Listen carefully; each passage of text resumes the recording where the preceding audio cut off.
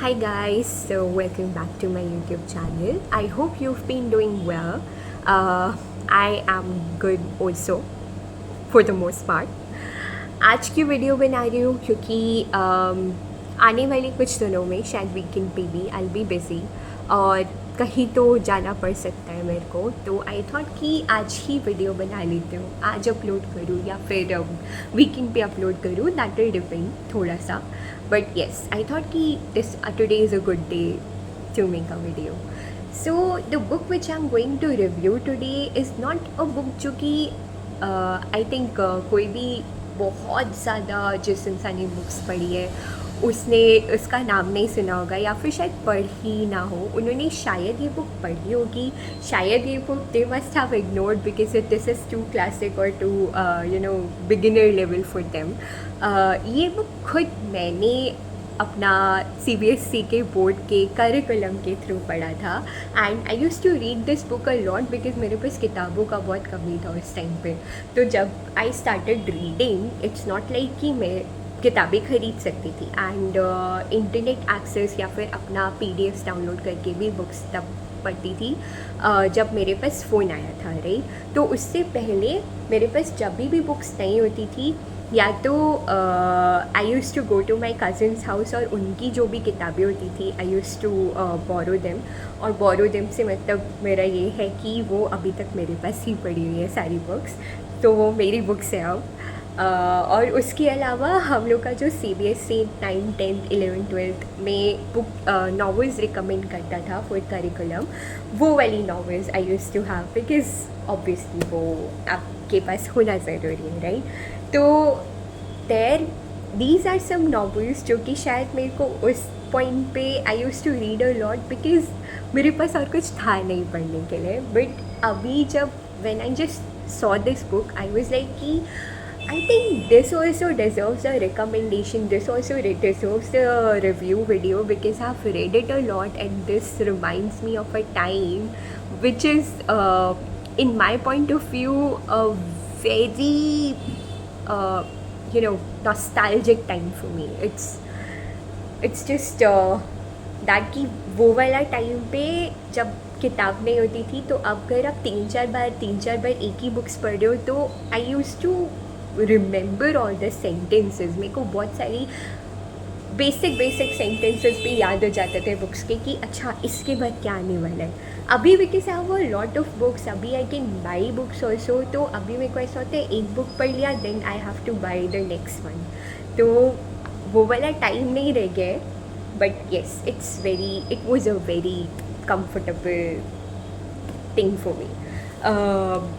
Reading and rereading a book basically. So the book which I'm going to review today is The Invisible Man by H.G. Wells.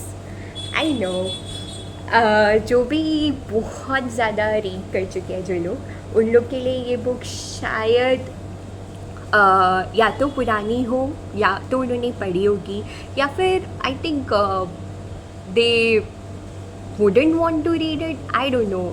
It's a light read for, it will be a light read for them for sure. जो beginners है उनके लिए it's a very good book to start because इसका जो language है that is quite simple. The storyline is very interesting and the way, and it also pertains to a topic, आप book का नाम देख कर ही समझ गए होंगे, it has invisible in it. So yeah, it pertains to childhood fantasy also. So yes, this book I will recommend for two reasons. एक जो मैंने पहले दिया कि इसका लैंग्वेज बहुत इजी है. If you want to pick a read जो कि आपको शायद बुक्स पढ़ने के लिए मोटिवेट कर सके, then it can be it is the perfect candidate. Right, उसके अलावा जो दूसरा रीज़न है ये बुक चूज़ करने का वो ये है कि चाहे लैंग्वेज सिंपल हो, चाहे आई डोंट नो थोड़ा स्ट्रेट फॉरवर्ड भी, मतलब बिगिनर्स के लिए नहीं but yes for the people who have read a lot, उनके लिए स्टोरी भी शायद थोड़ा स्ट्रेट फॉरवर्ड हो सकता है. बट ये वाला बुक में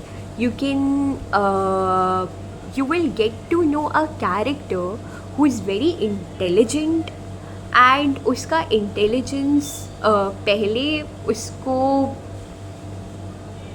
एक पीक पर पहुंचाता है और उसके बाद उसकी उसी इंटेलिजेंस की वजह से उसके अंदर जो भी घमंड आ जाता है, मतलब जो भी क्या बोलते हैं, the feeling of being invincible जो उसके अंदर आता है, उसकी वजह से he also meets his death in the end.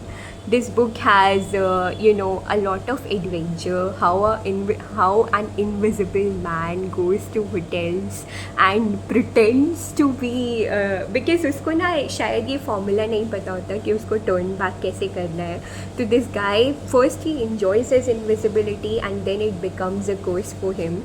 He goes to hotels जहाँ पर उसे कोट वगैरह सब कुछ पहन कर प्रिटेंड करना पड़ता है कि क्या बोलता है कि वो एक ह्यूमन बीइंग है, राइट. वो इंसान अपना खाना भी वो होटल स्टाफ से बाहर रखवाता था जस्ट बिकॉज कोई उसका इनविजिबल हैंड्स न दिख ले. वो ग्लव्स पहन के रखता था हाथ में ताकि उसके हाथ सॉलिड दिखे, राइट. उसके अलावा इस बुक में you will also learn some science concepts. I mean अगर आप बिगिनर नहीं हो, अगर आप 9th स्टैंडर्ड में नहीं पढ़ते हो और आप मेरे एज के हो, तो you will get memory of the concepts जो कि आपने शायद अपना बेसिक साइंस में पढ़ा होगा, रिफ्लेक्शन, रिफ्रैक्शन. आई मीन मेरे लिए कोई भी कॉन्सेप्ट समझना बहुत ईजी हो जाता है अगर मैं उसे फिक्शन के थ्रू पढ़ती हूँ. That's why I am recommending this book कि आपको अपना बेसिक साइंस थोड़ा रिविजिट करना है तो you can read this book. बहुत क्या बोलते हैं, सिर्फ रिफ्रैक्शन और रिफ्लेक्शन की कॉन्सेप्ट्स यूज़ करके they have explain the logic of invisibility of this man for some reason, and it did make sense to me at that point of time. I haven't read it again, but yeah, I think it will make sense to you.